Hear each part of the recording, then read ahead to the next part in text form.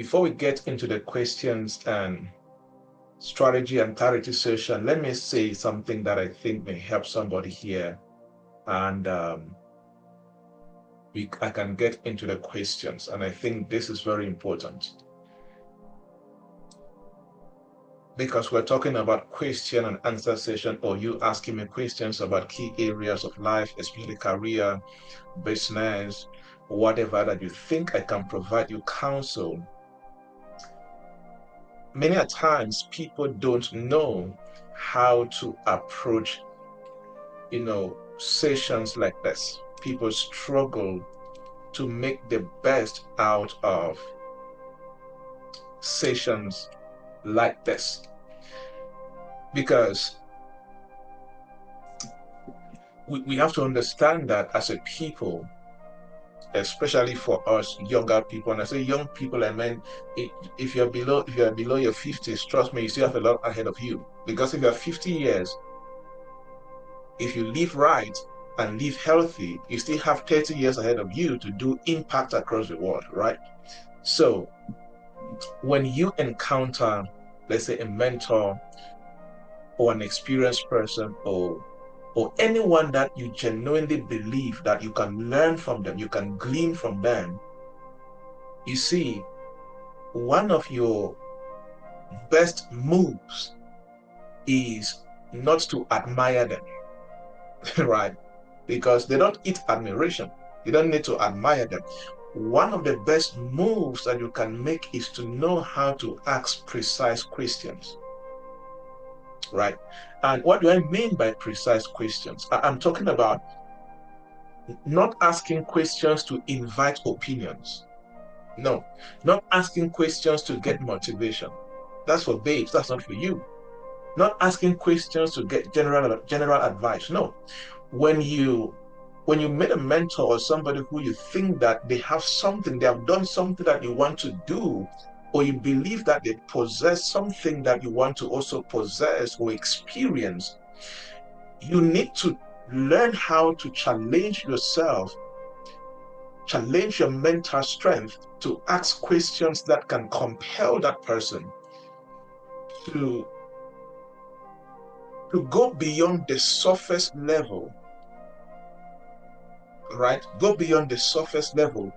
Ask questions that can push them. When they begin to talk back to you, it will help you to understand how they think. Number one, it will help you to understand how they make important decisions. Questions that can, when they talk to you, you can understand how they prioritize their lives, the kind of sequence of actions that they take, or questions that will show you how they recover from failure and keep on going ahead, or questions that will teach you how they distribute their attention, their energy, their finances, or any resource that they have. So questions that will give you something that you may likely not find in a book. Many people don't know how to ask questions, and that's why they don't get their lives changed. Because the goal is you want to extract strategy from them. You understand? So you begin to ask those kind of questions. That's the goal. You want them to talk to you, and as they're talking to you, from the experience, from the results that they have created in their journey, you can be able to extract strategy. And you are not extracting strategy to copy and paste per se. No, you are extracting the strategy, or extracting how they think, how they make decisions, how they come back from failure and all of that, so that you can be able to contextualize in your own life based on your own situation, right? Because, for example, let me tell you something. When you ask good questions, two things are likely to happen. I mean, asking good questions with the mindset and the consciousness of, learning, right? Asking questions with a learning mindset, with a mindset willing to unlearn, relearn, and learn, all right? So when you ask questions like that, two things are likely to happen in that discussion. Number one, the person responding back to you will expose process and structure. Very important. If you understand the process they go through to do things or the structure that is around their lives, it can change your life. You see, for example, for me personally, I have a structure. Most of the time, my normal balance is first 2 hours when I wake up from bed and last 2 hours when I go to bed. So these 4 hours are very important. I call them my morning routine and my evening routine. And that's a structure I've respected for years. And people can be around me for years and they may never know what that structure is or what that process is. Or I do a lot of training and speaking, consulting, and there may be somebody who is around me and likes to grow in that industry. But if they don't know how to ask the right questions, they will never hear me teach them the process I go through to be able to come out with, let's say, a training content, a speaking perspective, an idea, and so on. Or somebody like, okay, how do you prepare for an impromptu meeting like this? There was a time in Cameroon, I organized a big conference over 1,000 people. And then at the end of the conference, I added a 1-hour session on the hot seat with Dr. Joybert. This in the public. And I was like, ask me any question and I'll give you an answer. One guy said, I was afraid for you. How do you do that in public? You don't do that out of excitement. No, there's a process that enables you to be that confident in public. You see, so when you ask good questions, this is taking longer than I planned, all right? But I think it's helping somebody, right? So learn to ask good questions, because many of you in your career, in your journey, you're going to meet amazing people, great human beings, influential people that if you learn some things from them, it's not good enough to admire anybody. No. Be somebody who can go deeper, understand, ask them questions that can push them to expose the process around their lives, the structure that makes them who they are. There are some people that they produce repeatable systems and outcomes every day of their life, year after year. You can see that this person, this man, this woman constantly produces repeatable success. It's not by error. It's not guesswork. No. There is a process, there's a system, there's a structure that helps them to do that. Number two, when you ask a good question to a mentor, an influential person, or somebody who is doing something you want to do, one of the things that you enjoy is that it compresses years of experience into minutes of wisdom. Okay, like this thing, I didn't plan to teach what I'm telling you guys right now on asking questions. Right? I didn't plan to do it. But you see, this is my years of learning that, you can ask better questions to leaders and people you met, and you can learn more from them beyond taking selfies. So this is me compressing maybe more than 10 years of making mistakes and learning into minutes of counsel for you. So when you know to ask the right questions, you can compress years of experience into minutes of, wisdom, patterns, systems that they have learned the hard way. Yes, they have learned the hard way. You see, so your responsibility. See, let me tell you something there. Avoid being silent. There are many people in this mentorship call right now where we have gathered here to have a strategy clarity session with me, but not up to 10 people or 5 people will raise up their hands. Some people are afraid to even talk. That one, I don't even know how to do about that one yet, but that's that. Some people have not even sat down. When I shared in the WhatsApp group, sit down and think thoroughly. What question can I ask? You called me, you mentor, you're in the mentorship community. So what question can I ask to this person that I believe that I can partner with his support and counsel and wisdom? But you have not sat down to properly think through See, I never go anywhere blindsided, especially when I know I'm going to meet somebody who's doing something ahead of me.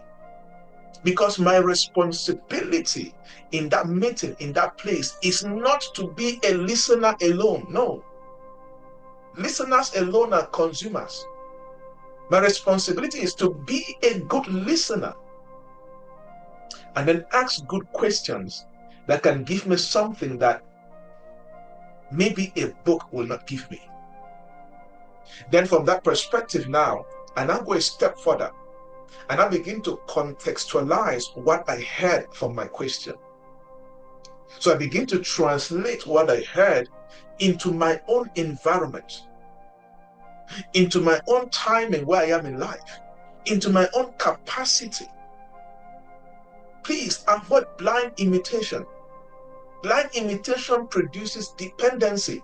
That's why we have so many dependent human beings around the world. You need to be somebody who is, there's something I call intelligent adaptation. What does that mean? You ask questions, you push the person with the right questions, they give you something that is helping them produce results. Then as an intelligent person, you begin to adapt that into your life to produce that particular growth. And that's one thing that mentorship should do for you. You must be an intelligent adaptation expert, an intelligent adaptation mentee. Anytime I do a master class, a mastermind, I give you an assignment, or we have a clarity session like this, one of the things you have to live with is to begin to adapt what you learn to produce growth in your life. I am a mentee to somebody too. You see, and that's what I push myself to do. Because look, a mentor, a role model, or somebody you respect and is up there, let me tell you something. A mentor's real value is not to tell you what to do. There's one of you here in the call, I've forgotten the name. We're going back and forth on WhatsApp, and I told her clearly, I will not tell you what to do. My job is to push you to think. And praise God, she was thinking and coming back with ideas as she was speaking. I said, that's my job for you. My job is not to tell you what to do. My job is to help you see where you can be. My job is to help you see how you can think at a different level, where better results and better decisions becomes a byproduct in your life and career. Go beyond collecting inspiration. I was inspired. Okay, that's good, though. But people who only end up inspired when they meet people who are doing incredible things, people like that end up going nowhere in life. Stop moving around collecting inspiration. Inspiration will not help you. Ask structural questions that will reveal systems, habits, structures, what they're doing behind the scenes, that you can learn and begin to glean and begin to understand and begin to contextualize into your own life, or begin to adapt intelligently into your own life to produce the growth that you are looking for. All right. So I hope that helps somebody. I don't even know. I didn't plan to talk about that for more than 15 minutes, but it was important that I share that, because you're going to have many opportunities to meet incredible human beings, right? People like, let's say, Precious, you're doing your master's in Notre Dame. It's an incredible school. You're going to meet incredible people, lecturers, professors, industry leaders. This is one of the things that made me to stand out the first time I came to the US years ago. When I have 5 minutes with you, the things I will ask you and tell you, you will want to take my number before I even ask your number. There's a way you can meet somebody and in 2 minutes, you are unforgettable to that person. All right. Awesome. Now, when it comes to running two businesses and presenting the businesses, one of the things I always challenge people to do when they have two businesses is if you don't have a lot of resources, actually it takes you longer to break through because your resources are limited and you're trying to carry, you know, two heavy things at once. One of the things I always challenge people to do is that if you are in a state where you still have limited financial resources and you have passion to run two businesses, I'm not saying you should do that right now, but it's just a recommendation that if one is struggling, because I have had many clients do this and they are successful, and I always challenge them, look, which one of your business has high profit margin and you can succeed with faster, or you have more experience and more expertise in, and you can succeed with faster. If you can focus more on that, and I always challenge them, I always tell them, give them a goal. I say, look, don't go into a second business if this first business is not producing, let's say, for example, at least £1 million and above in profit.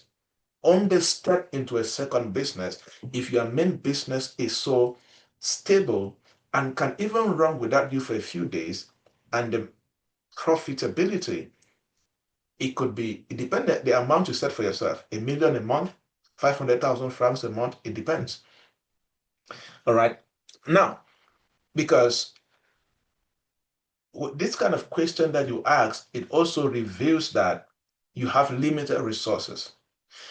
If you had the available resources, it will not be a challenge presenting the two businesses online. Why? You just pay two social media managers, right?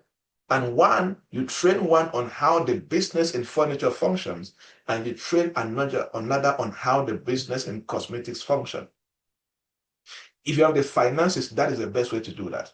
And have excellent social media managers, brand experts who can drive the traffic on the online space. But when you are the same person doing that, you can still do that. And the best way is cosmetics and furniture.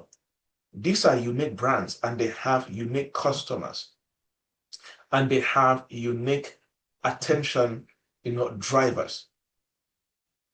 For example, there's a high chance that most people that are going to buy or order for um, furniture will be men.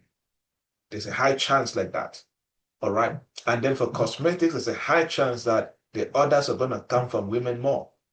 So you already have unique types of customers, and the kind of brand messaging and brand activities will definitely require, different mindset and different tactics. So having separate social media handles or social media pages and uh, being good at driving the right messaging and imaging around those brands is very important. And of course, that consistency. And you use the word bold, which is important. We are in a generation where if you're running a business, and for example, if you don't know how to be bold enough to go to your cosmetic shop and pick a few products and do videos and talk about the product or talk about the types of people that buy this product and enhance the visibility and increase the usage desire behind that product, you're going to struggle to have people trust that brand and buy it, right?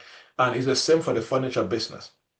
If you have installed um, the business, if you have installed furniture in corporate offices or in people's houses, and you don't have the boldness to have somebody take a video of you showing the work that you have done and how you have installed this furniture in a corporate office and how it looks nice and the design and all of that, there's going to be some challenges in you building that trust. And to end with your question, One secret with social media marketing, because you mentioned social media, is volume.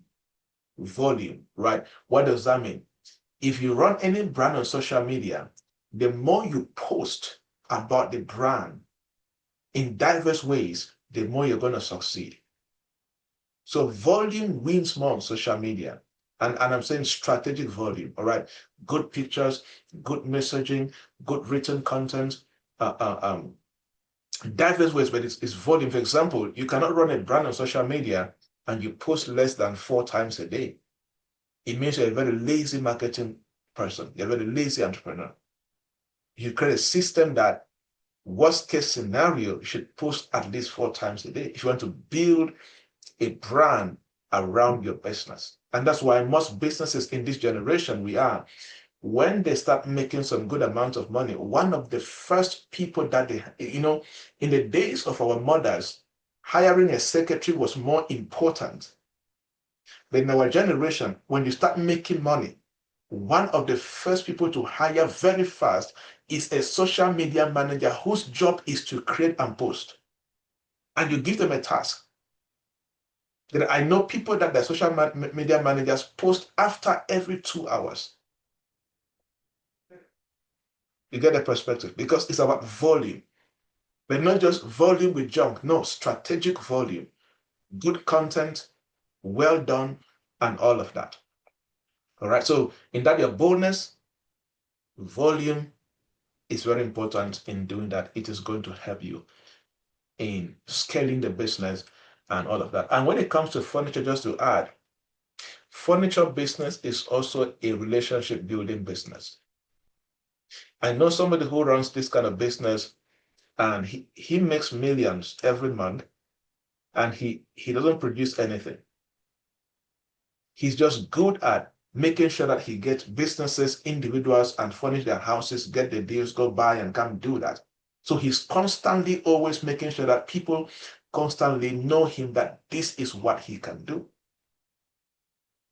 All right. So the more people who run offices, company owners, executives, even family people, an average person, the more you're constantly in front of people telling them that, hey, this is what I do. If you want any kind of furniture installed in your house at almost the same price in the market price, that's you doing marketing.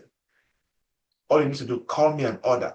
Send me the picture of what you want, and I will bring this to your house and install it for you. So you need to, again, I'm going back to the word boldness. So you need to be bold and being in the face of people and constantly telling them what you do. All right, good idea with individuals. But like I always tell people, if you want to make bigger money, make sure you are selling to rich people or to institutions. So if you have recorded some success with individuals, that is good. Now think bigger. Start making sure that you intentionally begin to find ways to serve institutions, because that is where the money is. Enterprise clients are the people that can pay you 10 million at the blue. Like I always fondly say, in the early days of my speaking career, I used to speak mostly for individuals that organize conferences. And what did they used to pay me? 30,000 francs, 25,000 francs, 3,000 francs at most. But the first time I was paid 1 million to speak for 1 hour was an institution, right? Because those are the people that have the money to pay for that. So in whatever you do, this for everybody also, right? This question and answer session fits everybody. So for many of you here, whatever you're doing, I want to push you. I want to challenge you. Have a plan, have a strategy to start getting enterprise clients. And under individuals, push yourself to find and serve rich clients. The upper class, the society is like this. If you're serving only people at the bottom of the pyramid, you'll be a poor business person. Except you sell in large quantities, millions of pieces. All right. But any serious business person always attacks people at the top. You push, push. In the first few months, you may get rejections, but keep on pushing to break through. All right. Don't give up. because you were, rejected and all of that. Awesome. All right, good. I hope I answered your question well. Mr. Here's one thing I've learned in life. I have been in a place where I have lost, let me say, lost everything twice. But many people have never known that. But here's one thing that God taught me. And here's one thing that I began to learn. When people lose materially, they think they've lost in life. So if the only thing that you have lost is money, a business, and a career, you have not lost everything. Because the wisdom that you built your previous life with is still with you. The experience is with you. The failures, the lessons are with you. Nobody who has ever developed anything and failed or lost anything ever starts from scratch. No.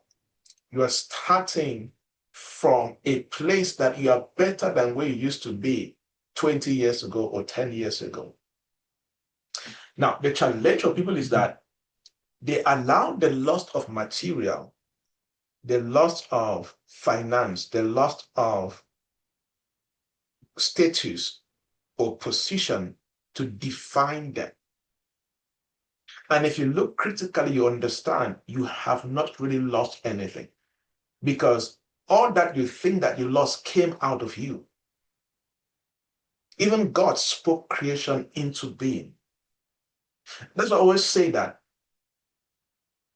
if I lost everything and my brain is still functioning at its peak, give me time. I will rebuild better and even faster and even in a stronger way. So you are in a place where, like I always say, if you go through any pain in life, if you go through any challenge in life, see, I am telling you, if you don't lose your mind and your heart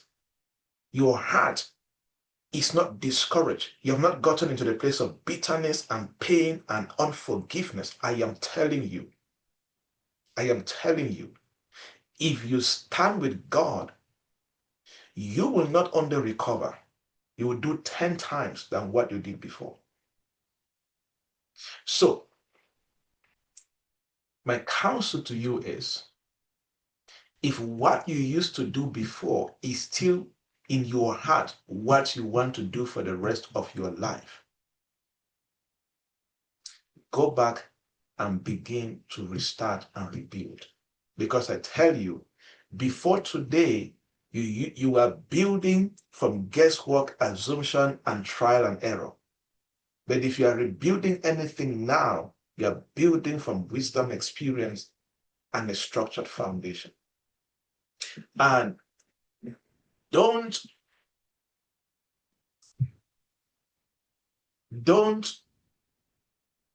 how do I say this? Be careful of, now let me say this way, as a Christian, and this group is mixed. I shared this Zoom link to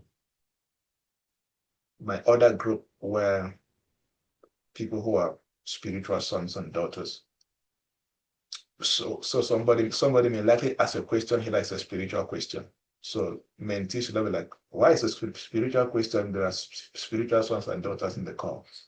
All right, so, and I'm talking to Felix because Felix is a strong believer and I know him. So Felix, nobody loses with God. Many a times it's a redirection. Many a times it's God saying, you are like Joseph. You are very comfortable in your father's house, but I want to give you a nation. When I gave you a dream, you thought that you were going to rule over your brothers and over your father. You saw the dream, but you misinterpreted the meaning of the dream. You are limited in what you are building. I want to give you a nation. With God, when you go down, it's a time for you to rise in a bigger way and possibly fulfill your original mandate and destiny that God ordained for you. Because many people start in the flesh. Many people start from societal, ideas and perspectives. And many people find God and true prophetic destiny in their most difficult, painful season. And when they begin to build with God, that is when they begin to rule nations. So I want to challenge you. Can you go back into God and into yourself? Into God is for revelation, wisdom, and a prophetic plan. Into yourself is, okay, over the last 20 years, 10 years, I have done these things and these things. Can you sit down with yourself, begin to document your skill set, experiences, extract value from your knowledge, skills, and experience, and begin to look at how can I use this to build something better and something sustainable? Are there going to be other constraints like I don't have the money? Again, and that's where faith comes in. A man of faith does not build from what is in the bank account. A man of faith builds from who they believe in, and that is God. And there are some steps that until you begin to take, you will not see God bring into your life the people that He prepared to work with you to bring you back or to the place that He ordained you to be. So one of the best things that you can begin to do is, what strategic actions are you taking as led by the Spirit of God? Because when you are in a place like that, I want to challenge you, make sure that you are building something. Make sure you're creating something. Make sure you're restructuring something. Make sure that there is something that you're repackaging or packaging or creating from ground up in order to bring it out there. And find an angle to start. The challenge is many people get stuck because they want to start the complete mission. No, find an angle to start. There is no big vision that you cannot start small. None. And I tell you, if you have any big dream in your mind and you have not found a place to start small, so God can use that small and multiply, because the spiritual law is simple. You must be fruitful first before the grace can multiply you. It is your responsibility to be fruitful using what God gave you. When that fruitfulness starts happening, grace steps in and now multiplies and enables you to replenish. That is why people who don't have anything that they are creating, which is that fruitfulness, they hardly experience breakthroughs. Multiplication is for those who are fruitful from where they are. For example, your dream is to run a university someday. But running a university is big money, it's a big project. But God knows what to do to multiply, replenish you, bless you, to have all you need to run the university. But God is waiting for you to use what He has given you to be fruitful, then He brings the grace for multiplication. So God is expecting you to use the idea, partner with the Holy Spirit, use your brain, access divine wisdom, and say, oh, before I can get all the money and the partners to start the university, how can I start organizing Zoom classes to provide orientation to high school students on how to choose the right programs? You see, between you and God, that is fruitfulness. But in the face of the human eye, they're like, this guy, I taught this at university. But they don't know that you are invoking a spiritual principle, that you must have something in your hand for God to multiply. That's why God always asks, what is that in your hand?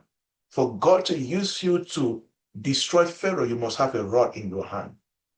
For God to use you to destroy Goliath, you must have a slingshot in your hand. It's a spiritual principle.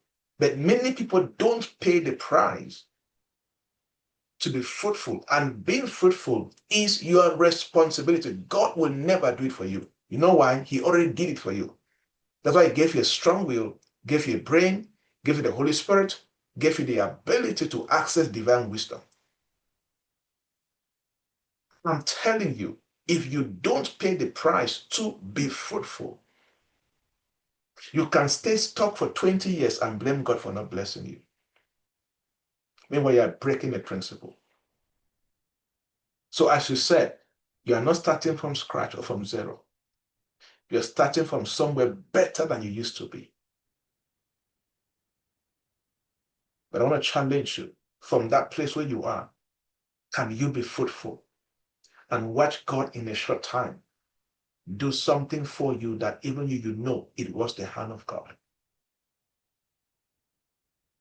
It wasn't. I stumbled into this principle by error.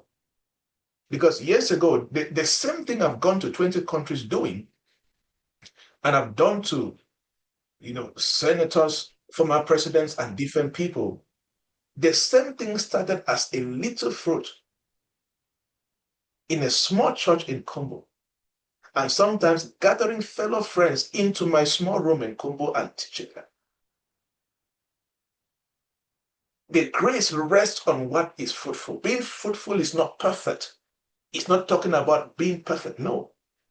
It's talking about being where you are, using what you have, starting where you are, but you have boldness. You can see something that others cannot see.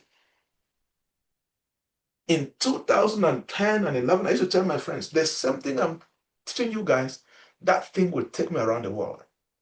I used to say it. And trust me, I didn't know what I was saying.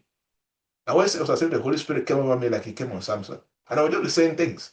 And everything I said has come to pass. There are many of you here, this is what you need.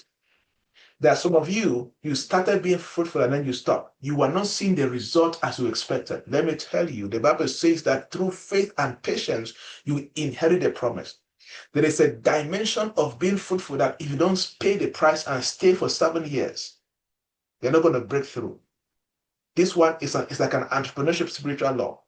If you are building anything and you don't have the self-discipline, you don't have the self-control and the strong will to stay on it consistently for at least 7 years, never complain that you did not break through. I'm telling you right now, many people fail. They don't stay fruitful for long. They don't pay the price. It's also a law in the journey of success. Through faith and patience, you inherit the promise of multiplication. So there are people that they start something in 3 months and now give up. It's not working. Who told you? Go and repent. Go and pick back that thing that you left. If you have not been on it for at least 7 years, you have no excuse to say it's not working and God is not faithful. I am telling you by the Spirit. This one is a loud slap for somebody. You left it. Your case was not even up to 12 months. You left it that it's not working. Who told you it's not working? Your capacity did not change at all. Your experience and learnings did not change. You quickly concluded it's not working. Who told you? This is my personal opinion. If you have not stayed on it for at least 7 years, you don't have the right to complain it is not okay. And I say 7 years, I'm talking about consistency. I'm talking about you start for 3 months, you drop it. You come after 6 months, you try again. After 2 months, you drop it. No, I'm not talking about you. I'm talking about 7 years of daily investing your life, energy, mind, resources into that which you believe God gave you to build in this journey of life. If that's your type, I'm going to take it back up. If you know that you started some things and you left after a short while because you thought it was not working, And you have been wondering, why is there no breakthrough? Your breakthrough is hiding in what you have kept, and you did not pay the price to maintain and stay on it with faith and patience to inherit the promise of multiplication and increase. Go and take it back up and stop complaining and behaving as if God is not a good father. He's a good father in ways that you cannot imagine. You're the one that disappointed him and did not stay with it. You did not stay with it. All right. That's a very good question about networking. And let me give you a cheat code about networking. You don't need to impress anybody. You just need to be in alignment with them to a certain level. And that's why this always works. Number one is, one of the best ways that you can start a relationship with somebody you want to network with, especially somebody that, because there's networking above, networking with those in the same level with you, and networking with those below you. One of the best ways to overcome that feeling of being under pressure to impress people you want to network with is two things that I've learned that always work for me. Number one is, make sure when you meet somebody and you want to maintain the relationship, number one, in this generation, it's much easier. Find their works and celebrate them. Honor them. Because people love the idea that you put in the hard work to know who they are. There's no human being on earth that doesn't get moved when you mention what they do or the work that they do. There is none. I have given people special access because they mention a title of my video on YouTube, or they mention a teaching I did 5 years ago in a conference and they were there and they mentioned what I said, and I know that is my philosophy or my principle. There's nobody that doesn't move them.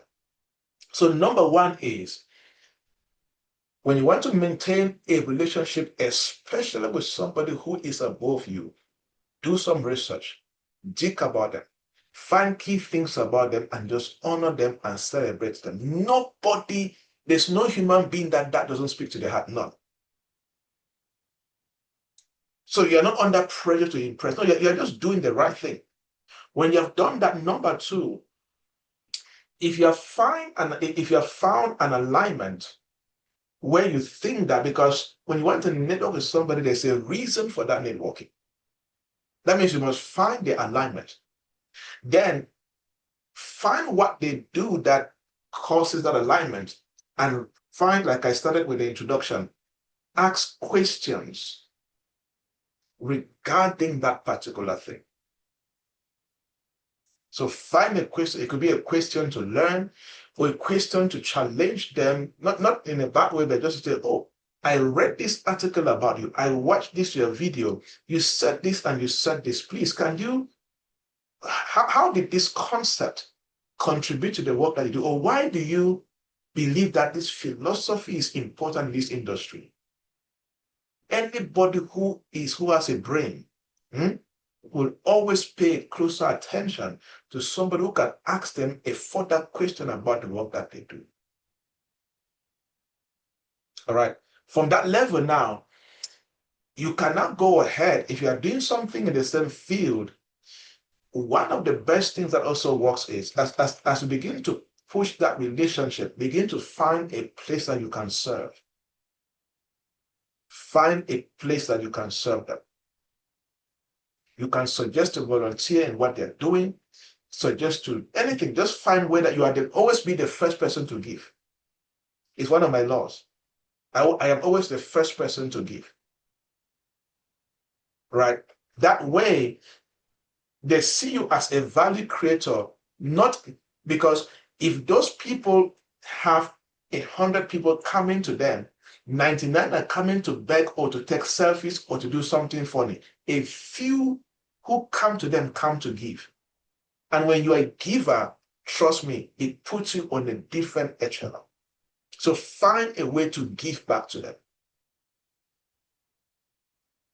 There's somebody I respect so much, and he was doing an event, and I said it, and I just reached out to him. I saw it as an opportunity to give to him and to maintain that relationship. And I reached out to him and I said, "Oh, I saw this event, and I'm going to send these events to my email list of 10,000 people and to my WhatsApp groups that the combined number is about 5,000 WhatsApp numbers. It's my way of serving you and supporting this incredible event that you're doing." That's the way I gave to him. And he was incredibly blessed and happy for that. You see. And when you begin to do that, you're going to find many other avenues that can lead to you guys collaborating or maintaining that particular relationship. But if you start with celebrating, finding more about their work, and asking questions around that area, you always get their attention. You go a step further to serve or to give in one way or the other, trust me, it solidifies that relationship in a particular way. And you keep on driving that particular conversation. All right, it's going to help you. I hope that never be on, because if you impress to get into a professional relationship, you will always be under pressure to keep impressing. You may end up lying. And when they discover the lies, you have broken the trust forever. So if you follow this path I just shared, you will never, you will not be under any pressure, because the first three things they're doing, you are not saying anything about yourself. You're not saying anything about yourself. Oh, it's all about them. So you're always right, and you're always touching the soft spot, and that leads to a better relationship. All right, perfect. Next question. Now, let me start by saying that, when it comes to balancing family, career, and ministry, and any other thing you're doing, it is not light. It is not easy. If anybody tells you it's easy, then there's something they don't know about, balancing life when you start getting into some things, right? However, some tips I'm going to give you is that, number one, be a master of your day. Be a master of how you start your day and how you end your day. That's number one. Number two, establish I'm telling you what I do, right? Although it's going to be a bit different because I'm a man and you're a wife, I'm a husband and a wife, so it's a bit different. But so you can learn some things from there. Number two is establish some non-negotiables in your life. This, probably for me, this is one of the best things that has helped me over time. There are certain non-negotiables that every day I must do. It doesn't matter. It doesn't matter. And those non-negotiables every day, they come first before anything else. So it could be not my non-negotiables. Some of them include, number one, my study time. Number two, the prayer time. Number three, the time that I spend with my wife in a call, or if we are together in the same country at a time, right? So when you have those non-negotiables, you fit them into your day. For those who are, most women, when I'm with my daughter, definitely it includes, playing with her or supporting, making sure that I play my part in helping, my wife in taking care of her and all of that. But establish non-negotiables that, as far as you are concerned as a person, there are some things that you are not permitted for that day to end if those non-negotiables are not done. So if you are asked, that's why I comfortably, for example, how many of you here have you reached out to me for something? And sometimes I always tell you, text me in 8 hours or in 6 hours or in this number of hours and I'll pray with you or talk to you. If I ever told you that, type me in the chat box. When I say that, I always say that according to my non-negotiables. My non-negotiables are so strong that it doesn't matter your emergency, except it's life and death. I am telling you, your text cannot change my non-negotiables. You know my philosophy? Because I want to stay relevant to you and to anybody if I maintain my non-negotiables. So when you reach out to me, I tell you, okay, text me in 6 hours. I have calculated what I must do before any other thing can land on that. And you now fit your non-negotiables in your mornings, in your afternoons, in your evenings. And this is where there are some things that you will need to learn to start saying no to. And this is a challenge for many people. Many people claim to be very busy because they say yes to everything or so many things. That is the problem for many human beings. You don't know how to say no to some things. You claim to be busy, but yet you have 1 hour to watch a movie. Meanwhile, there is your destiny, your family or career or ministry is struggling. You have 30 minutes to scroll on social media. You're not posting content to enhance your brand. You're just scrolling and reading stuff that you don't know how to even describe it. But yet, the same person, the same people will claim that they're struggling to balance life.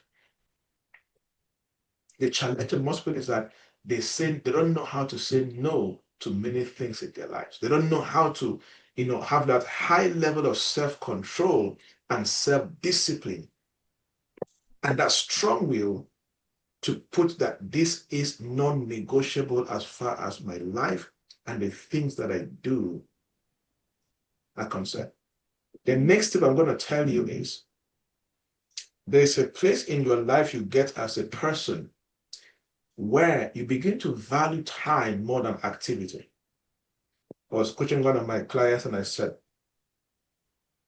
told her, go and hire a house help. I said, there are things that you're doing that you need. That's why many of my mentees know I hate driving. That's why I've never bought a car for myself. My first car I just had, I was given as a gift. You know what the reason I never bought a car for myself? Not because I didn't have the money, because I don't like to waste time to drive. Because one of my highest strengths is thinking, contextualizing, analyzing things. So I can conceive something, document it, go present somewhere, and they pay me good money. You see that? So learn to pay some things. Learn to pay some things happily, knowing that you're going to gain time. There are some of you here that your finances are in a level that you need to get a house help. You need to stop doing laundry yourself. Go get those dresses and give to it. Get to a laundromat. So that you buy more time and use that time to do what only you can do, which has incredible impact in your destiny, in your career, in your ministry, and even in you being a wife or a husband. So start thinking of that. What can you stop doing and happily pay somebody to do so you gain time to do things that are critical for destiny? For example, it is more valuable for me to sit for 1 hour, read a book, than for me to go do my own shopping. I tell you. Even when I was in Cameroon, there are many things I need. When I was living alone, let me tell you something, I was living alone. There was a laundry person that used to come to my house. It was not because I had money. No, I understood that time and me focusing on things that are critical for me and for me to go forward was important. You come and say, I don't have time to do laundry. I pay you money, you come and do it. I was never cooking because to me, cooking is waste of time. If it's a restaurant to go and eat quickly, or I made a good restaurant and I paid, okay, I'm going to pay you every month. Your job is to cook this. I gave them my timetable, cook this food, Can't bring it to my house and all of that. I don't want to be doing all of that nonsense. Because if I spend 2 hours to cook, what I can create in that 2 hours, my goodness. I'm just telling you to contextualize what I'm saying. So that there are some things that, because please, don't value money over time. That's a poverty mentality. Don't go beyond that place where you value time and you value your activities over money. I have spent money many times on some things that I just want to preserve my mornings, because my mornings are very important to me. Between 4 a.m. and 10 a.m., very important to me. That's my highest time where I'm very creative. I think through things, I analyze things, I do strategy and many things. That's why most of the meetings like this, I put them in the evening, because I don't need supernatural, I don't need over mental work to be doing this. You get the perspective. So if you consider these areas and practice them, I think that they're going to help you.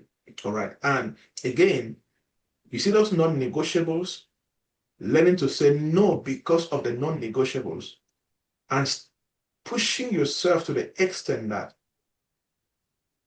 you are comfortable at paying some people to do some things because you value your time and you value the activities that you do, which are critical for the ministry, for your career, for the business, or for you to be a good wife or a good husband to your spouse, or a good parent to your kids. It's going to help you. If you do this, I believe you will be able to balance that. And as you begin to grow, learn to hire more hands. Learn to get a personal assistant. Please dream big. Everybody here, dream big. Don't think that you're going to end up, or you're just you. Come on. You came here to be that, to be small, to be limited. Set a goal. By the end of the year, I'm going to have an assistant, a secretary. Why not? Why not? I'm going to have 2 staffs who can do this and do this. Let me focus on what matters. Because that dreaming, that thinking big is also raw material. So God to see that this one is serious. Because if you live life just hand to mouth, just thinking of me, myself, and I, you're not pushing yourself to do what you've never done before. You're not even living by faith. Because if you're doing everything in your life that you can use your power to do, you have not yet started living your potential. Let me tell you something. If there is somebody under the sound of my voice, if you don't have a life project you're working on that is bigger than your brain, your finances, and anything that you have, you are not living by faith and you will not live your potentials. Always have something you're doing that when it happens, you will know. If God did not step in, this project would have never, ever happened. All right? So push at that level. And you're going to see how much you can do. You're going to see that you have a lot of potentials and your brain can do a lot if you begin to think and create from that level. All right? I hope that your question was answered and maybe I said some things that you did not. All right. Let me get the next question. All right. Let me answer her question in the chat box. I am in the health and well-being industry and I am niching down to prevention, habits, and health strategies. All right, that's the future of healthcare. That's good.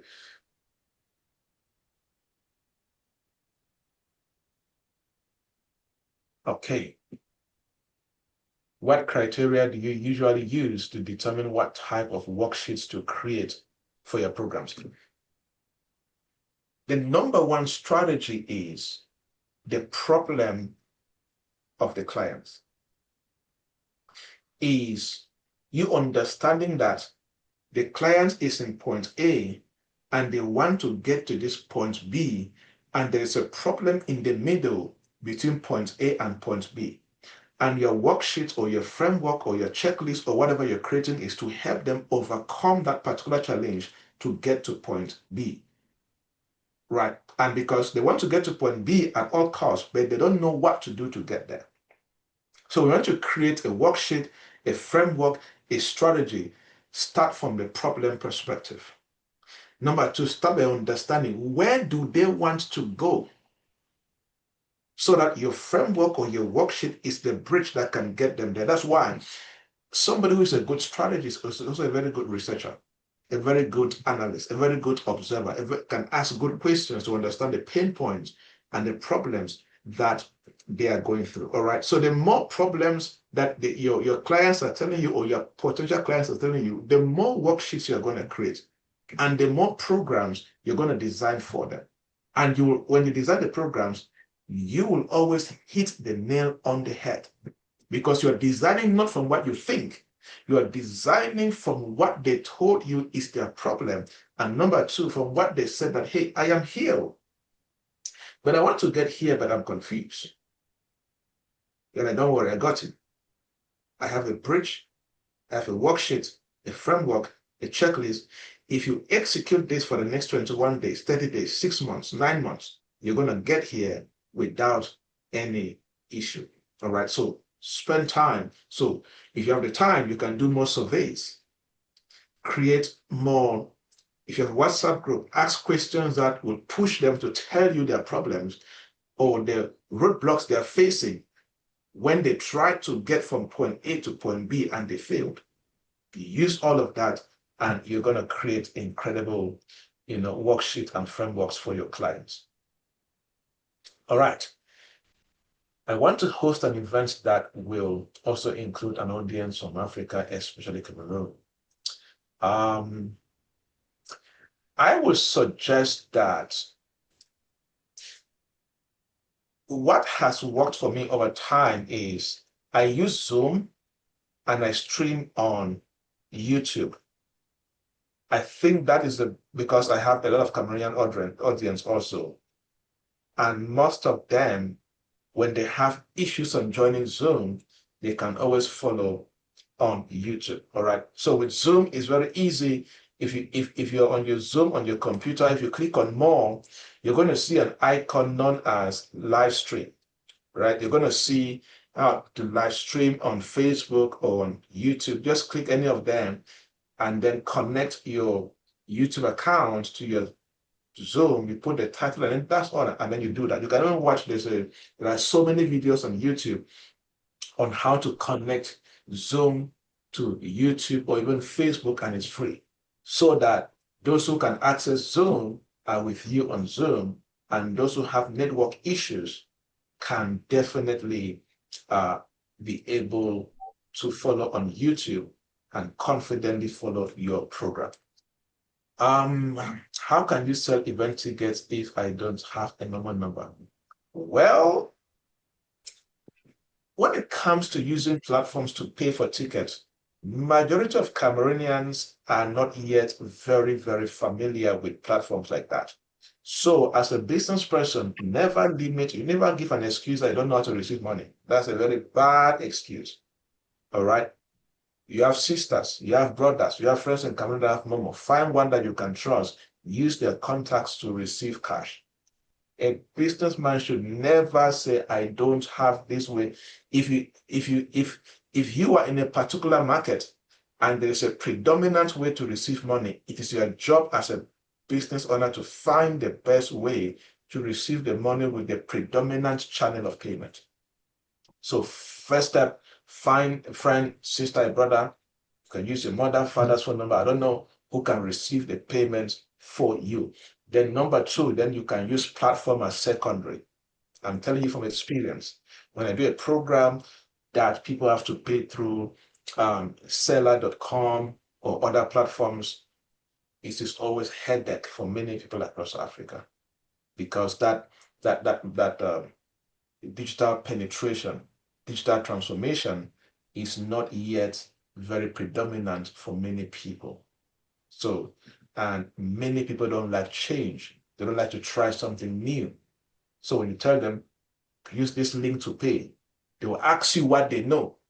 Don't you have Momo number? I'm telling you what I go through, right? So just find the predominant way that they use, and it is going to help you. All right. Awesome. Please don't post your question on the chat box except permitted. All right. On Kendria post because she raised her hand, she wanted to talk, but her network was having issues. I encourage mentees to talk. All right, it's very important. All right, let's go to Madame Alia. Wow, time is fast spent. There are some things that when you want to learn, as you said, it feels as you want to learn everything. However, in those things that you want to learn, there are some things that they will have what you can call interlocking effect. If you learn this, because of how you know this, you're going to be gaining experience or having knowledge in other areas that you want to learn. So, in all the things that you want to learn, I believe that you're going to find a topic, you're going to find a subject area or an area of expertise that if you pay the price and learn that particular one, it's going to have a ripple effect in affecting other things that you want to learn. So I'm going to challenge you to start from there. And one thing with learning is that because especially like if you're coming back to learning intentionally after a long time of intentional or structural learning, don't start with big volume of learning. Start with a small consistent system because you want to bring your brain and your psychology and your system into accepting that this is a phase that you are in. So, for example, instead of pushing yourself to read for 1 hour every day, and because let's say in the last 20 years or 10 years, you have not been reading for 1 hour at least every day, it's going to be a challenge for you, right? So, but at the moment, your system can take 15 minutes of focus without breaking that focus of study.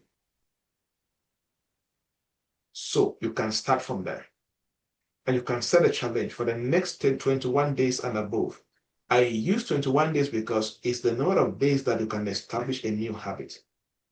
So you can say, you know what, for the next 21 days, and don't allow your mind to make you feel as if you don't learn this, it's also important. No, find one, keep the rest.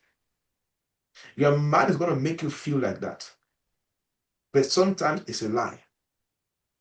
All right. So find one and challenge yourself and start with 15 minutes or 20 minutes, which you know that with my present attention span, if I sit on this for 15 minutes, I'm going to give my best in that 15 minutes. Start from there.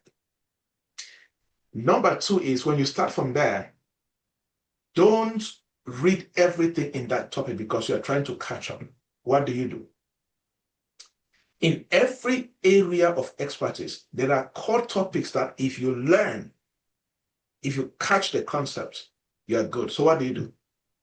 When you're trying to learn something, the first few days, learn the principles that govern what you want to learn. After principles, find the heart of the subject and learn. Then it's like you have taken, that's why you can take five days and be able to get an understanding of something that others maybe took a whole year to learn. All right, then you do that. Now, one thing that helps me a lot also is, which you can try, is when I want to learn something new, sometimes I don't read the book first.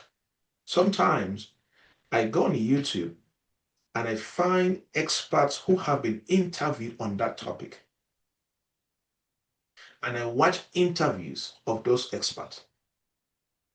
Because there's a way they're going to say things in plain language that in the book, the language is stronger. You get the perspective? So when I watch a few interviews, when I'm reading the book or the article now, I am reading from an informed perspective, and I have the ground, or I am established in that principle, or in that philosophy, or in the subjects that I'm trying to learn.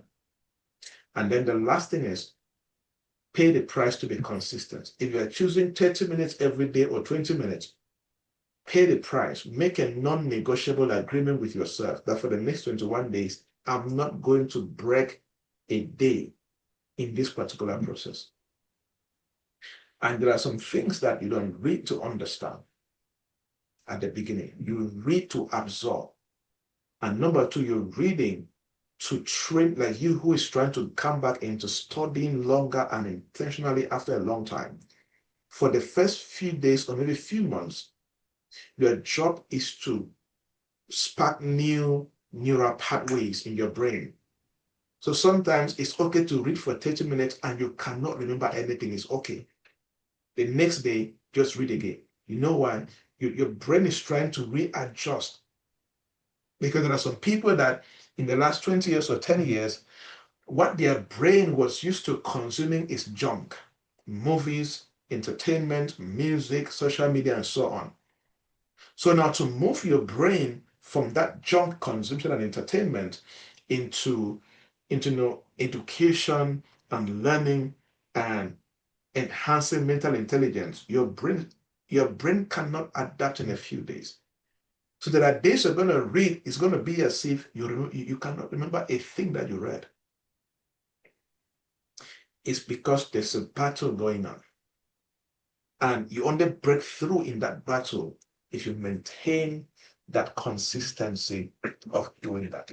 And if you do these things, I believe that with time, it's going to help you. Again, like I said, one of the best ways to have shortcuts on some things is spend time in, you can watch interviews of experts in that field, or you can read short articles, research articles about that field. They give you synopsis, quick insights. Then from there, you can start studying deeper based on what you're finding. It's going to help you study faster. I hope that helps you. All right. I'm going to take two last questions and then we're good to go. All right. Don't mind, don't worry. We're going to be having this. We're in the mentorship community, right? So we're going to be having this more often. So those that would not answer your questions, relax. We're going to have this again very soon in the next few days. All right, let me get Janet. Yes, Good Janet, go morning, ahead. everyone. Good morning, Doc. Good morning, Yes, good. everyone. My question is on my career. I Okay. have In this dispensation that we are in, being able to reposition yourself, one of the best ways I have seen that work is what I call skill stacking, where you add more skills to your skills. So you are in a sector that there are two or three major top skills that if you can acquire, or maybe you're good at it, I don't know that it's a very important skill, is number one, funding is a problem. It doesn't mean that there are no other funders. The funding issue is only with the US government per se, right? Because they shut down the US aid and other things.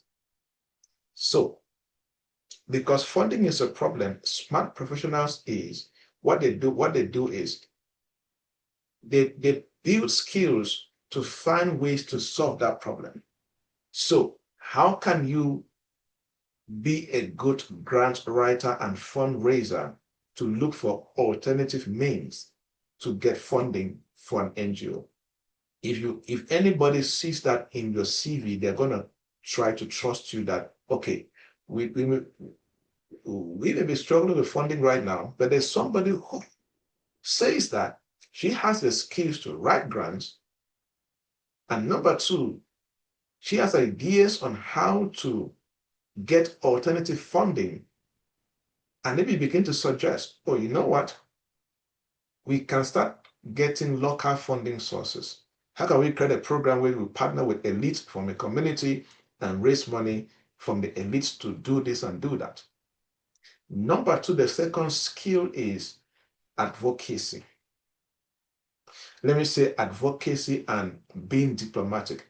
NGOs like people that have the skills that they have the boldness to go into offices like parliamentarian offices, senators, even ministers, delegates, and try to advocate and position their NGOs in the right faces of the right people. They know how to boldly approach embassies from different nations and do that. Can you begin? And these are skills that if you take a few days, few weeks, read some few things, you can know how to do that. Number three, storytelling and reputation building. NGOs constantly like people that can use the impact they're doing, tell the right stories, get the NGO's reputation established on media, local radios, TVs, and even using their social media pages. Can you add that? You see these three skills? These are skills that any human being who has a brain can learn. You just to pay the price and say, I don't need long. You just get the right knowledge, you add on your CV, you keep on learning and keep on applying. Trust me, anybody sees that or in a discussion or an interview, you make sure that you are mentioning skills that can solve the problems that they have. You're going to get the right attention. So if you can pay the price and do that, because the skills that you mentioned, there are also skills that are easily replaceable. Let me tell you, in any industry, avoid having skills that anybody can easily acquire. You are very vulnerable. This is a warning to everybody here who is a worker. If you have the same skills like your colleagues and they can easily get those skills, I tell you, you are very vulnerable. And you are not the expert you think you are. Pay the price and learn something that for somebody to learn, it must be a serious human being.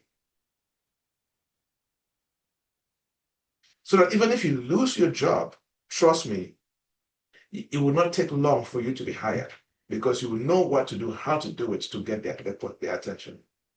To me, this is one of the best routes to rebrand yourself and get a job faster in this noisy environment. All right. One thing about a business like that in a country like Turkey, as I said, Turkey is it's a very good hub for international people. Now, one of the things that you can begin to do is, number one, make sure that you have a good social media presence. And I've gotten to learn that anything that happens to do with communication, a business like that, having a good TikTok account is an asset to you. And with that, if you're good at saying things in French and saying the same thing in Turkey and asking people to practice after you, and then you post, just trying to create engagement, create attention around things like that, including Turkish to English. All right. So work on that. Number two, yes, Turkey is a very good destination for people for people across Africa. If you can begin to partner with travel agencies and use a discount system, it's going to help you also. It's going to help you get clients faster. If you can begin to source out, okay, those people that help people to get business visas, student visas, and they do lines for people to go to different countries and all of that, if you can reach out to them and let them know that, hey, if you have somebody coming to Turkey, or you can promote my services, any student I get from you, you get 10%, 20% of the fee, and all of that, it is going to help you also to do that. And one thing also with this kind of business is consistency, because there are people that the more they know you, the more they're going to use your services tomorrow. So being consistent in projecting and marketing and promoting what you're doing in these strategic ways, very, very important. And one very important thing I would recommend that you do is, it's a service that if it's going to work also, be good at providing free services. So you can, if you can, for example, use a platform as Zoom and just record basic teaching on how to say this and how to say that. It could be 15 minutes, and you post it for free, let's say on a YouTube channel, on a Facebook page, or your account. Those freemium services generate a lot of leads for businesses. All right. So also begin to use that, and it's going to help you. And again, increase the span of your referrals. If you have more people in Turkey right now who are Cameroonians or Nigerians and all of that, and you can tell them, okay, look, there's this business, and if you recommend people to me, you get 20% or 10% of the payment, because it's a relationship business. So you cannot succeed in this kind of business without having a referral system that people can get discounts, because you want to use them to access their networks. And to also do this, create good flyers that you can share. Okay, you want to promote a business that you want to get referrals from. All right, share the flyer on your status, and hopefully you're going to extend this to people in your network. All right, so if you use many of these, you're going to create leads, and with time, I think you can have a good business that can help you. And there was a time you said me something about you use AI to do. So as you're also doing that, because AI is becoming very big in helping people to learn new languages. So if you can begin to see how you can train an AI assistant, or I don't know, a GPT or something that can enable the work that you do in that area to be able to serve more students and faster, another free platform that we can see, oh, um, this is important. And if it is free, it means I can trust this business, or I can trust Victory to train me when it comes to speaking this particular language. All right. I think that can help you. All right. Good. Next person. There's something that God taught me, which is spirit, strategy, and systems. Now, that burden is the spirit part of destiny speaking to you, because God releases destiny or phases in life through burdens, ideas, and all of that. Now, as a spirit, strategy, and system, the strategy and the systems part is your responsibility. The burden, the spirit part comes from God to you. And the Bible says that through wisdom, a house is built. Through understanding, it is established. And through knowledge, you can fill that house with riches. It's a whole spiritual law in building anything. So God has given you the burden, and He trusts that with the Holy Spirit and with the Bible, you will have the strategy and the system to execute that. And anytime a burden like this comes to you, especially in this context of you having a structure that can serve people,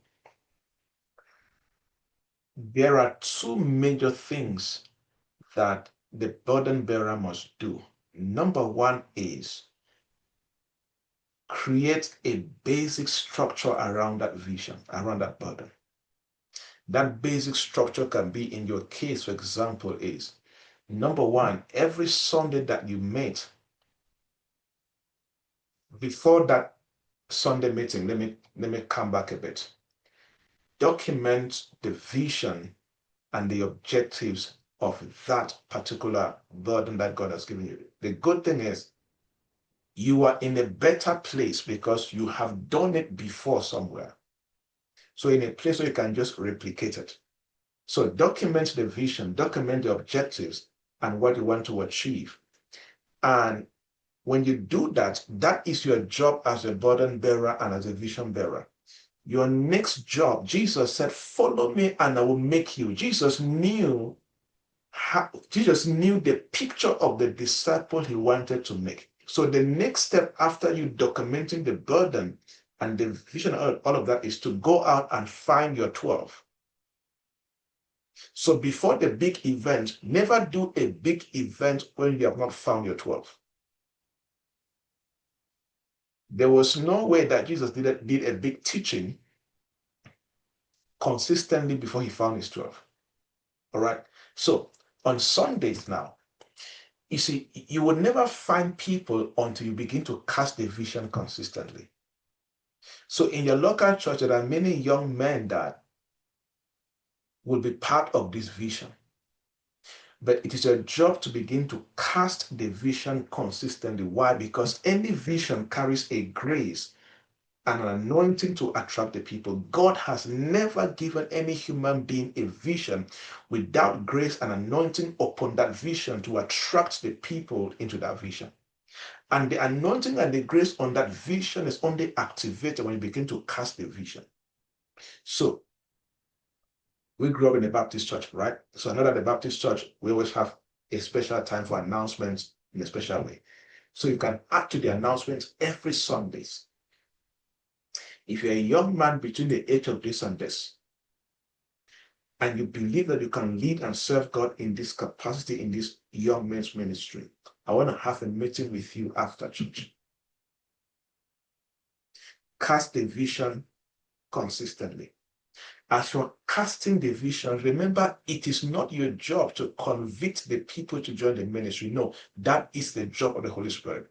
But the Holy Spirit can only begin to move in their heart when they hear. You get the point? And because it's a spiritual vision, that's why I'm going spiritual with this. Because there are many people who carry spiritual burdens and visions, and they're worried about there's nobody to help me. Meanwhile, they have not done their part for God to move and bring the people. So cast the vision. And remember, the structure must be there. When you're casting the vision, already have a structure of how you're going to be meeting either once every 2 weeks with the people you are gathering to raise them to join you in that leadership ability to make sure the vision works. And when you're doing that, the next phase of your job in making sure that vision stands and never falls is start training the leaders in that vision. Start training the leaders. You can establish a basic curriculum on what is this ministry about. You train them on the vision of the ministry, the objectives, what you want to achieve. Number two, you can give a name of the people who are at the top of the vision. You can say council of elders, I don't know, executive team. You begin to train. Number two, the mindset, you can create a short curriculum, 5 mindsets of people who are supposed to lead in this ministry. No ministry can stand without a leadership training structure, whether it's a church or a ministry within a church. Because those are the 12 are the people that are going to manifest in Acts chapter 2, where Peter preached and 12,000 and 3,000 gathered when he said 12,000. Yeah. Because he had raised them behind the scenes. And this process is not supposed to take you long like it did Jesus. It can just be 2 months. And on the 3rd month, you guys are doing a big conference within the church. Now, when you do that, the next phase is replenishing. So within the church, you multiply. Replenishing is, do you have the boldness and the courage to extend to the association, to replicate the leadership training program and train other young men in other churches to begin to organize the same thing under your supervision? You begin to aim at that. Before you know it, it's a vision that can gather 10,000 young men in 2 years. So document the strategy, establish a system, and the major system here is the system of meeting in order to And your job is not to raise perfect leaders. Number one is, one of the best things that can happen to you is, can you find people who believe in the vision, even though they don't have the skills yet? It is more important. People who believe in the vision are more important than people who are perfect to do the job, because you can train a believer to do the job. But you can find people that have the skills, but they don't believe in the vision that you're casting. So these young guys, you're going to find who will, and not focus on the big number. It could just be 5 amazing young guys who are very committed and they believe that, okay, we can do this together. Or just 3 or just 2. And your first success is, can you host the conference within the church? It doesn't matter. Your target, your first major conference is not to get 100 young people. Your first major conference is to record any success you can. You know why? Because in any society like a church, you find early adopters. And those are the people that are going to come for the first conference. Then there are some people that, when they will hear the news and the announcement that the conference went well, they will like, I want to join also. Then the ripple effect begins to happen in that process. So if you do this, you're going to have the vision that is stable and growing. I hope that that helps. Thank you. It did. Thank you. Awesome. All right. Yes, Emmanuel, go ahead. Oops. Because when you're running a business where, if you know that you provide good services and clients constantly complain about how much you're charging, sometimes how hard you work may not increase the business, because you're providing a good service to a people who don't have the money to pay. That's why one of the most important research to do when you're starting a business, especially idea validation, is to find out, the people I am targeting, do they have the income level to pay for my services? So your location already shows that,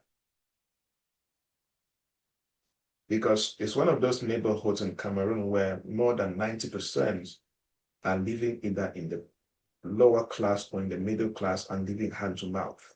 So there are mostly people that when you charge a fee for something, they're going to tell you it's expensive, even though they're in pain. Not because they don't want to pay, but because they don't have the money, or their monthly income level don't permit them to pay for what you're selling. And if you're in that kind of place and environment, you can work hard for 10 years and you're still broke. Not because you're supposed to be broke, but because you're selling the right services to a people that cannot afford your services. Okay, so you are in a place where you need to also begin to think. And also, it's not your clinic. So it makes it difficult for you to start thinking, okay, can you open a second clinic in a place where the people that you're serving have the right income level to pay for your services and even advanced services? Because I think in that kind of environment, you're even struggling to provide advanced physiotherapy services, right? Because they can't even afford for it. Is that true? Let me know. Is that true, Emmanuel? Exactly. Yeah. So, because even you may have advanced skills, but you cannot even use your advanced skills because they can't even afford to pay you for your advanced services. So you're in a challenging situation. That goes for everybody. Sometimes you can be doing a lot of hard work to break through financially through your business, but the people you're selling to can never help you break through. So it makes it a bit challenging. So one of the things you may start thinking is, how do I move to a place or begin to target clients that can, enable me? That's all right. If you want to leave early, please go ahead. Our time is up. I just want to make sure I answer everybody's questions, but please feel free to leave if you have something to go and do. Thank you all so much. Let me answer the remaining 2 questions and I'm done. So, or another option is, can you re-strategize and begin to target or promote your clinic to wealthy individuals within that community where you guys are operating, so they know. Now the challenge is your clinic is that clinic structured and branded in a way that a wealthy person can trust you guys to serve him or her. So it's a challenging spot to be in that kind of area. Another option is you guys provide cheaper services and do more marketing among the middle class and the lower class, so you can increase the frequency of people that come into the clinic. So if you normally have 10 visits a day, can you multiply by 2 and get 20 visits so you can serve more people and make more money? That's another option for you to think about. All right. While you now make sure you do your best in that particular area.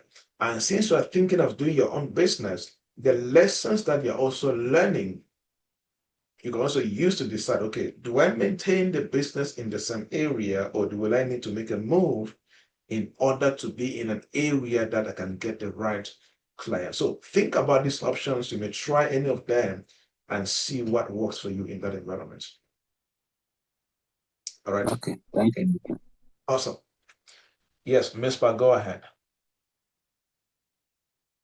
Be very brief with your questions so we Thank you. can you go back into your story, into the things that you went through? And this is where your story needs to go expert knowledge. So you said that you have passion with counseling. Now, so it means that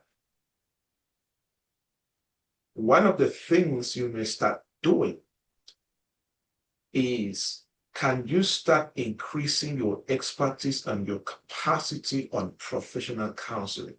Because the worth and the value of your story and your journey that you have gone through, that it carries the pains and the hurts and the difficulties and the lessons and all of that, the value of that can only be crafted by somebody who has the mind of an expert counselor.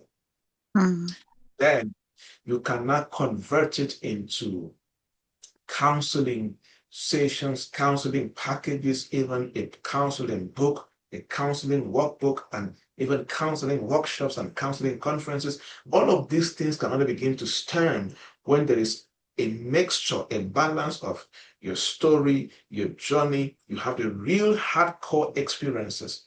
But the value of that can only be mined or crafted by somebody who has the skills and the expertise of a counselor.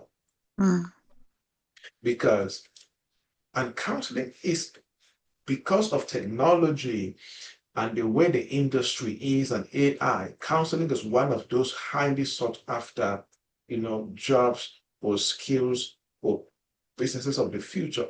Because there are so many mental health issues right now. We are in a generation where many people don't know how to go through difficulties and challenges. One small thing, they begin to cry, right? So it's a highly sought after skill. So if you can refine it, and because you have that, you're emotionally invested in it because of your journey and your story. Because not, I don't think I can be a better counselor, because I've gone through my own stuff. But when I hear other people's stuff, I'm like, man, you're strong, right? So there are some people that the way they counsel from that pain. Not pain in a bad way, but in a good way. The pain they have conquered, they understand where you're coming from, and they speak from that compassion and that empathy and that perspective of, I see you, I understand your pain, I understand your hurt, but you see, you can be here because I went through and I am here. So you have so much to that. So I would challenge you that, and also with you being in the healthcare industry in one way that you are right now, is an advantage to you. Because, so can you drop some things and begin to challenge yourself to the place where you want to pay the price to refine yourself as an expert counselor? Okay, now. That's a therapist, or in that light. Can you you may not start by taking a certified program. You may start by, you know what, I am going to begin to listen to interviews and free webinars on the best therapists and counselors in the UK on YouTube. Or can you go to a bookshop or go to a community library and begin to find books on counseling and therapy and begin to build your capacity generally from that perspective. And when the time comes, you begin to notice, okay, can I go professional by getting certified? And I want to challenge you also that if you're going to, because you're writing books, and we are in a generation where nobody buys content, they buy the person behind the content. So you may need to start pushing yourself from your comfort zone where you can start doing teaching sessions, not because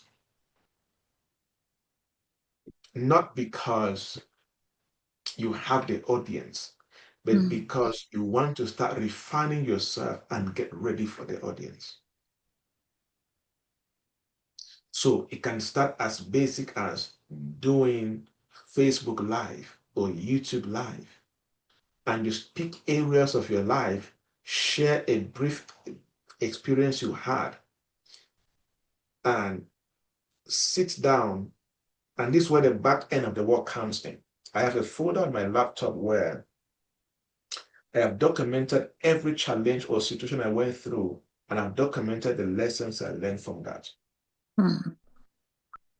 So I have more than 50 different stories from my journey that if I go online right now, I can tell that story, and I'm going to end with 5 lessons somebody at my age can learn from that story.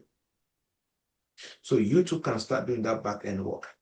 Since you have so much you have gone through in life, can you begin to break that into different pieces and begin to craft out, mine the value, a step-by-step process? All right. You can go on the YouTube Live, on Facebook Live, and you can say, you know what, let me tell you a story that happened to me, and train yourself to be a good storyteller. And you say, you know what, in 19 or 2002, this happened, this happened, this happened. It's the pain I felt, this is where I ended up, and I came out of it. And I've learned 5 lessons, a 5-step process that somebody can practice to come out of this kind of pain. Story, principles, conclusion, was very powerful. But the purpose of that is not really for the people who are, somebody can listen and get blessed and get transformed. But the point is you're refining yourself and you're training yourself to get out there as somebody who is about to be a voice of reason for people one-on-one and for people in the community. Because remember, like I said at the beginning, skills, you don't read about a skill and become good at a skill.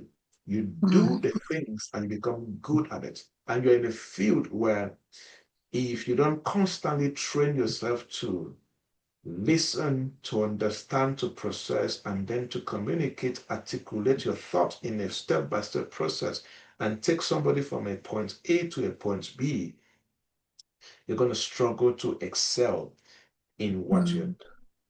Okay? So I want to challenge you in that light, because if you grow in that counseling perspective, and as you're growing, you will automatically be growing as somebody who can become a speaker, a workshop facilitator, an advocate that even companies can hire. There is so much that you can branch out into if you lay the right foundation. All right. So, and you are in a place where, Madam Olive, you're in a place where one, and maybe this for many people here, one of the most important decisions that you can make right now is to pick a path and stay on it.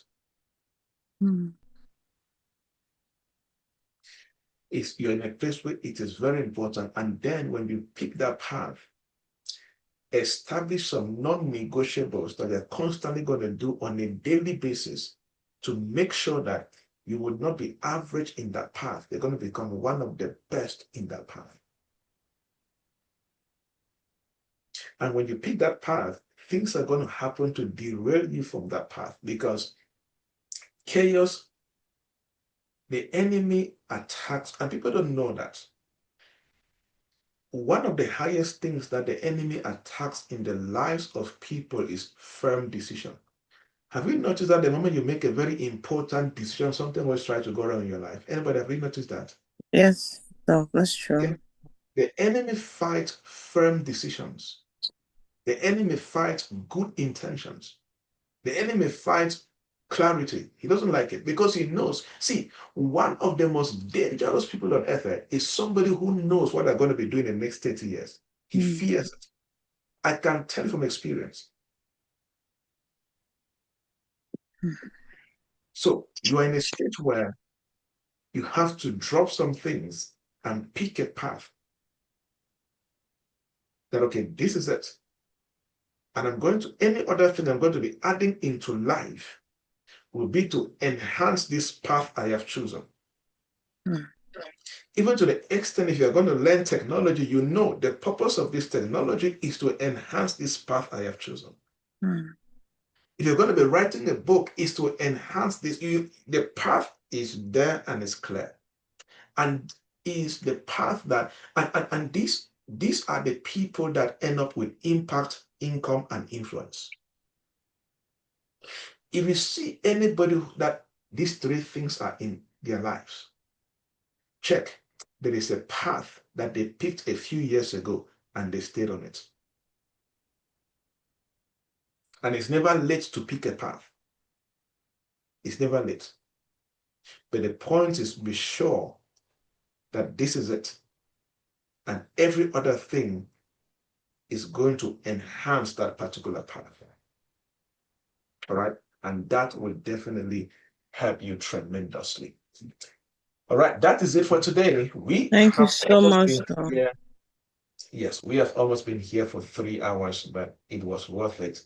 And I hope that for those that were not able to ask their questions, don't worry. We're going to have this again. It's going to be very frequent to make sure that nobody's left behind.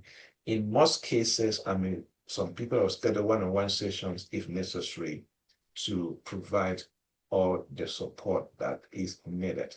All right, so this is why we do mentorship. One of the most important part of mentorship is not what I come to train you really, is the exchange that we have as a community like this, where others can learn from it. So we'll do this again. I will update you guys in the group. Please, like I always say,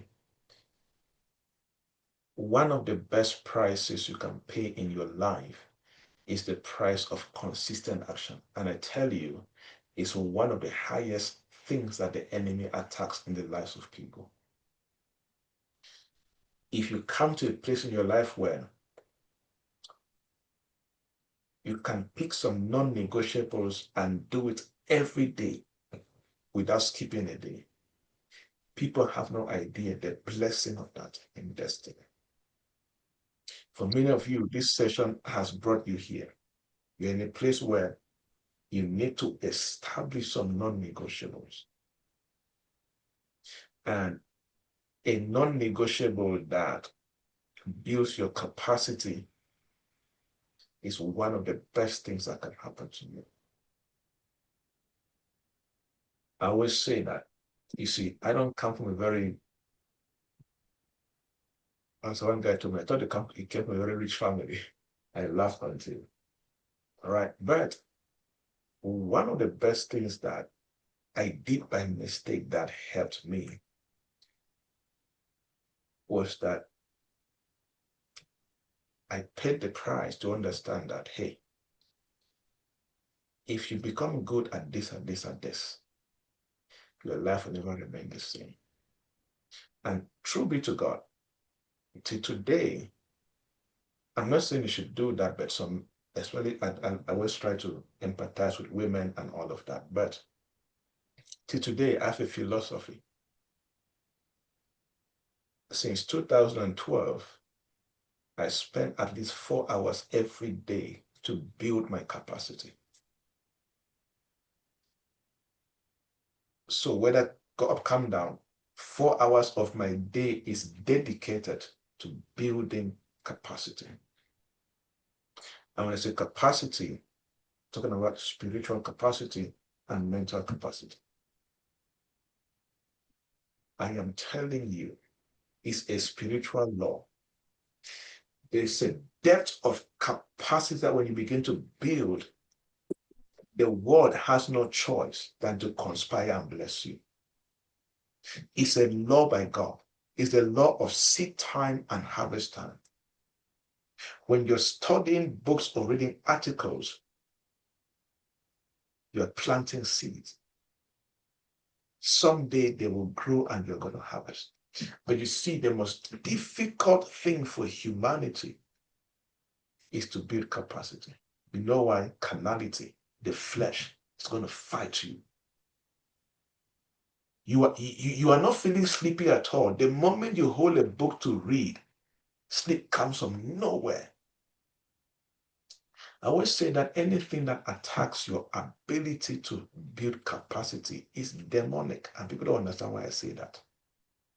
Wait, anybody, you do experience that? Till today, I still experience that.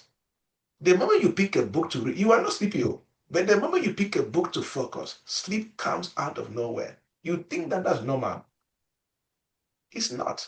There's something that enemy is making sure that you don't, and if you don't make up your mind that I'm going to pay the price and do this, years are going to pass by. And before you know it, years have gone by, and you begin to regret. What did I do with my life? All right. So please sit up. And that's why the different programs I have created for this mentorship, they are to push you. And I'm very serious. There are things that if you fail to do by March, there are many people that are going to drop off this mentorship program. I already know it.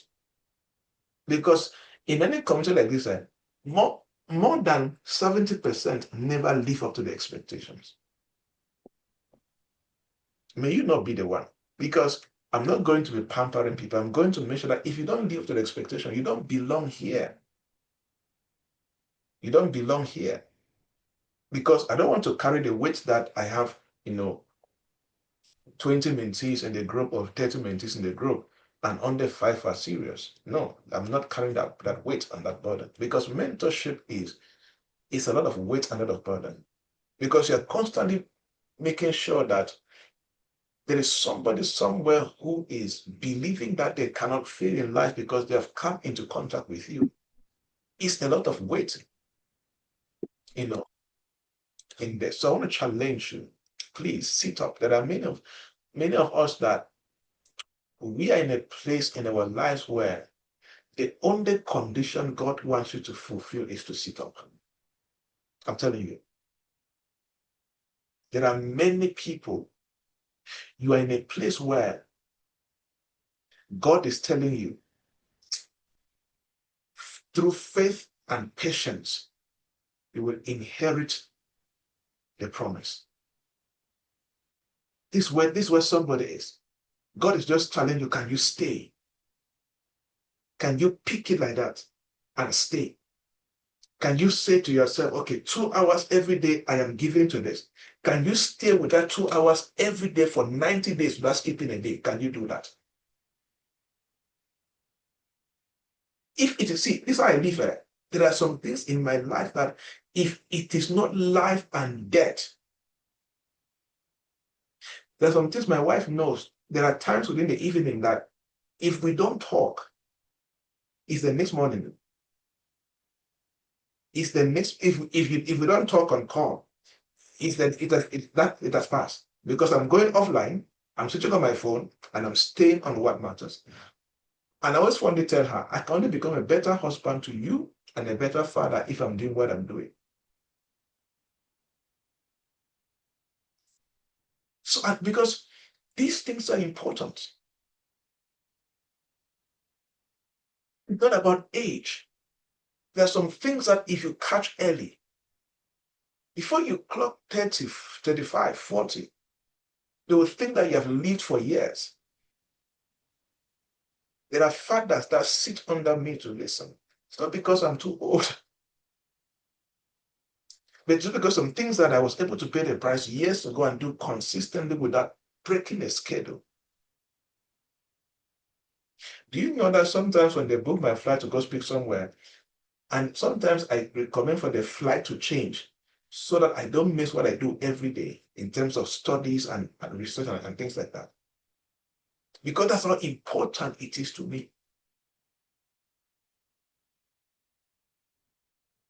Because there are some things that I'm telling you, it's like the engine of a car.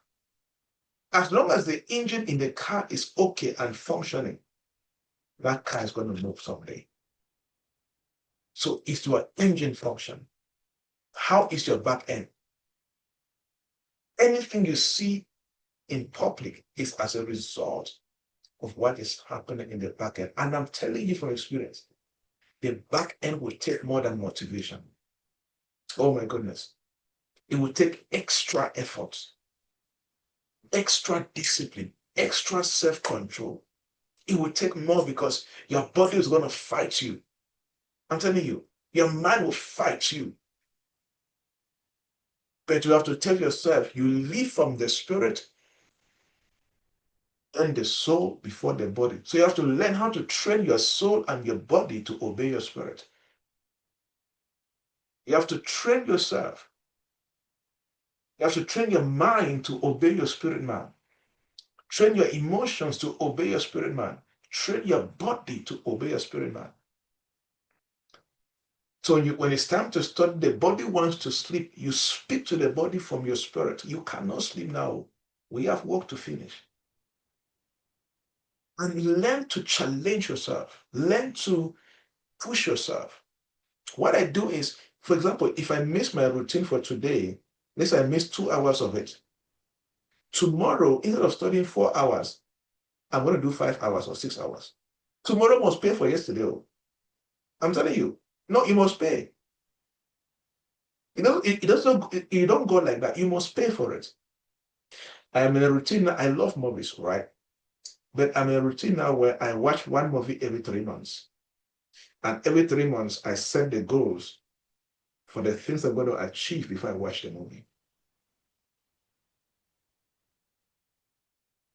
Because I'm not saying your life should be as, I don't know, whether some people say extreme or committed. I love my life. I don't like your life, right? I love my life. So I'm enjoying it. I'm having fun with it. And I like to do things that makes me to wonder, oh, so if you could do this.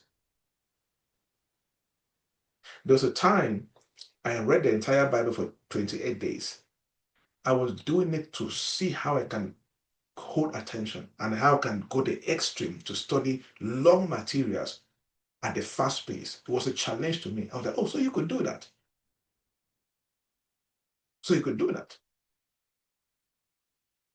So there's some things you just do yourself to see how much you carry inside of you as a human being. And it makes you to know that, wow, there's more I can do in this life as a guy, as a lady.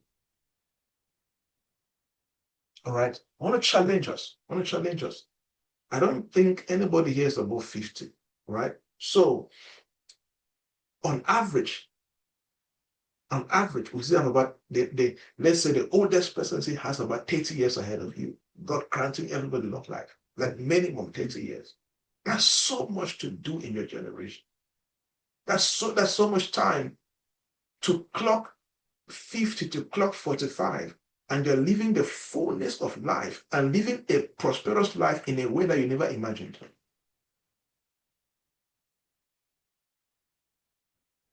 You see that? See, I always tell, see, why am I'm supposed to shut the hell up and close this meeting.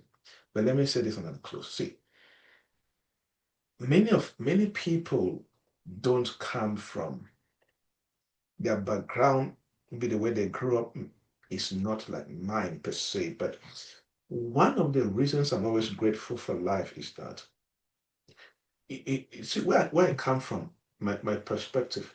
One of my greatest testimonies is that I went to high school. I'm telling you. One of my greatest testimonies is that I always talk about Mama Celestine, right?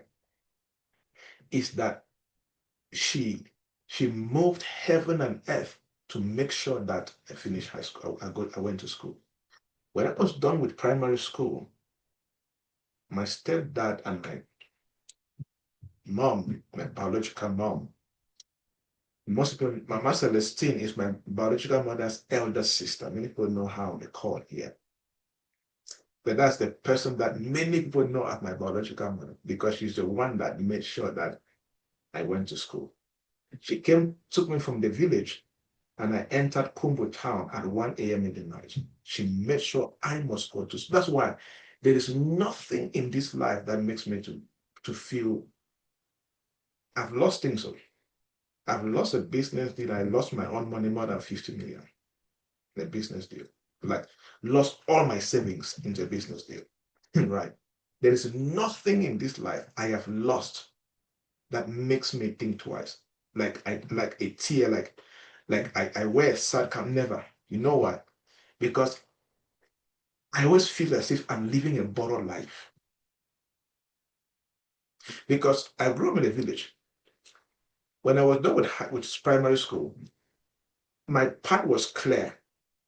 I was supposed to be a carpenter in a village that we see a car once a month, right? So the idea was that I was supposed to be a carpenter, and then they already showed me my farm. So in the village, the biggest achievement is having a farm. So there was no plan for me ever. And I finished primary school without knowing how to read well. You get the perspective? So that's why there is nothing. People have done things to me. And at the end, they're like, you're smiling. I thought you were going to come at me with this. No. Because the life I'm living, I am telling you, the day Mama Celestine came to take me from the village, I will never forget that day. I know where I was coming from.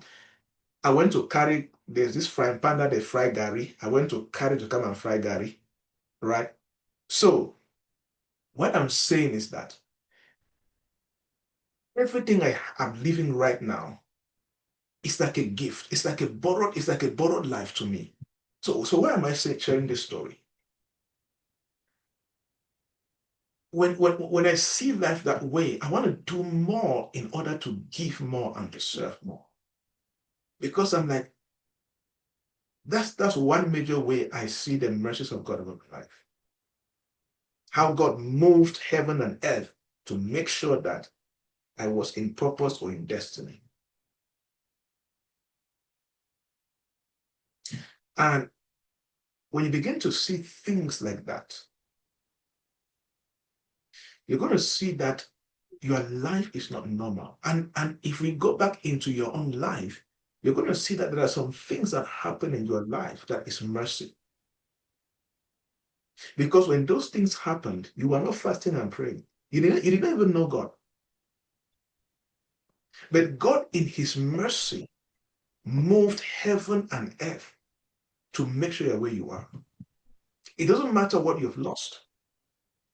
It doesn't matter the materials you've lost. But if you can sit and take context and say, you know what? This life, I am grateful. And this is the opportunity for me to pay the extra price and be all that God created me to be. It will change your life forever. And that is also the moment you begin to step into dimensions of seeing favor and grace at work in your life beyond efforts. Step into that, and a lot is going to change into you. There are many of us that we feel worried, but I'm telling you, where you are is a gift. You feel as if you have lost so much. If you look at where you were 30 years ago, you know that it's as if you are living somebody else's life. And that's how I always feel sometimes. Because my life was so established and so certain that this boy was never supposed to see electricity. I am telling you. I'm telling you. All right. And that's one of the things I'm like, okay, this is a gift. This is an opportunity. So there's an opportunity to give more And you cannot give more without becoming more. So you pay the price and you push yourself, you invest, and you become more so you can be able to give more. And there is nobody I have ever seen that became more, gave more, and ended up broke. Nobody. Nobody. You cannot become more and be able to give more and be without influence and you're broke financially. But you see the pains of becoming more, only a small percentage of human beings pay for that price. But they have the desire, they have the feeling, I can give more. But you cannot give more without becoming more. One time I had an encounter, God spoke to me and said, I have given you authority to edify and build up people. Then he ended by saying, only an edified person can edify other people. Did you get that? God told me, only an edified person can edify other people. Only a person who is built up can build other people. When he was refining me in my prophetic destiny. So there are many people that God is waiting for you. You want to build up people, but you're not building up yourself. And I'm telling you again, it will require beyond motivation. You will lose sleep. You cannot sleep the same number of hours like every human being and expect to lead them. You cannot. You cannot do what everybody else is doing and expect to lead them. I always fondly say, I cannot spend the same number of time on social media like the people on social media and expect to lead and serve them. I cannot watch the same amount of movies every day and expect to lead my generation. It doesn't work like that. The people that disrupted their generations, they never did what the masses did. They never did that. So if you are listening to me and your life is a replica of the masses, you are the masses. And that's a big red flag on your destiny. One of the signs that you're in the right path is that there are many things that you're comfortable at doing that an average human being cannot do or is not willing to do. As basic as reading one book a month. Average human beings cannot do or are not willing to do that.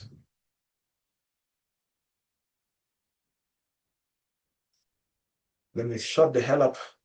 In 3 hours of talking for me, I need to go. But this was good. I had a great time with you guys, and we're going to do this again throughout the year consistently. And I believe that you were not entertained. I believe that you were transformed, you were inspired, and maybe somebody got angry and was like, this life, my life must change. Oh. The way I've been living must change so that I can become better. All right. God bless you all. See you in the WhatsApp group. Cheers.